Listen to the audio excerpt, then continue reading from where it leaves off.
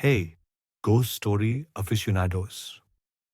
Tonight, we're plunging deep into the shadowy heart of the woods. This isn't your campfire tale.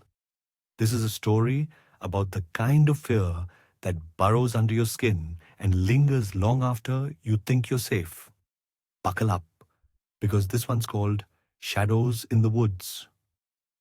My grandfather, a man weathered by the sun and silence of rural life, always warned me about the Blackwood forest. Never stray from the path after dusk, he'd croak, his eyes glinting with a fear that seemed older than the trees themselves. Of course, being a cocky teenager, I thought he was just an old fool clinging to superstitions. I was wrong. So wrong. It happened the summer I turned 18. A group of us, fueled by youthful arrogance and cheap beer, decided to camp deep within the Blackwood.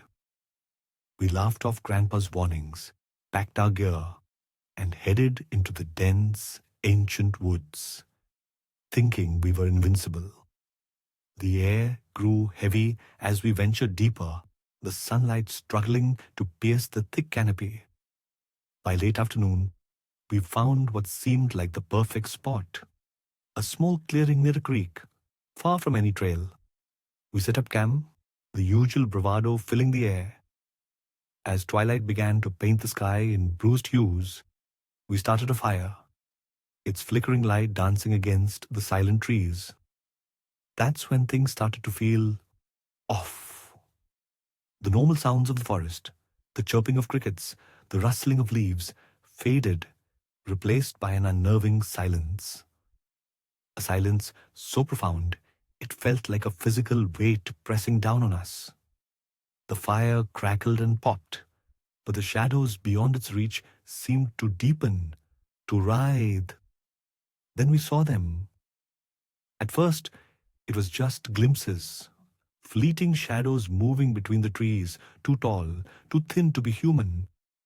We dismissed them as tricks of the light, the product of overactive imaginations fueled by beer and scary stories. But the shadows grew bolder, closer. They began to coalesce, taking on vague humanoid shapes. They didn't speak, but we could feel their presence, a cold, malevolent energy that seeped into our bones.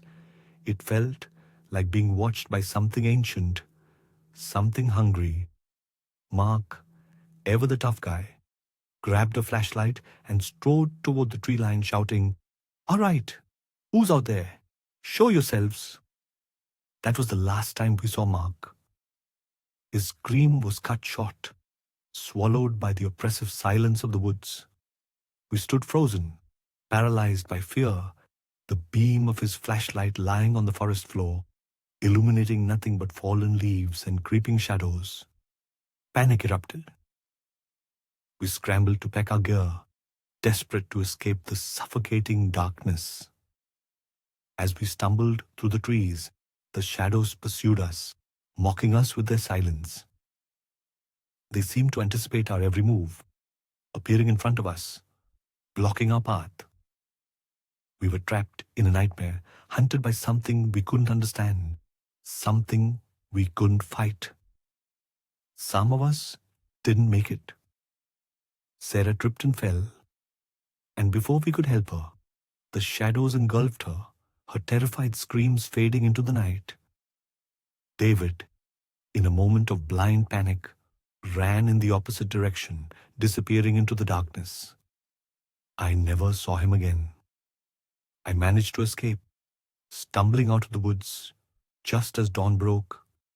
My clothes torn, my body bruised, my mind shattered. I never looked back. I've tried to piece together what happened that night, to find some logical explanation for the horrors we witnessed. But there is none. The Blackwood Forest holds a darkness that defies explanation, a primal evil that lurks just beyond the edge of the firelight. Now, years later, I still see them in my nightmares. The tall, thin shadows, the oppressive silence, the feeling of being watched by something ancient and malevolent. I know they're still out there, waiting for their next victims. And every time I hear the wind rustling through the trees, I can't help but wonder if they're watching me even now. Some say the Blackwood forest is a gateway, a place where the veil between worlds is thin. Some say the shadows are the spirits of those who lost their way, forever trapped in the darkness. I don't know what they are, but I know this. They are real, and they are waiting. They are real, and they are waiting. That's something you'll never forget after hearing this story. That night taught me a lesson I'll carry to my grave. Some places are best left undisturbed. Some shadows are best left unseen. Never underestimate the power of the darkness. And always, always heed the warnings of the old folks. They know more than you think.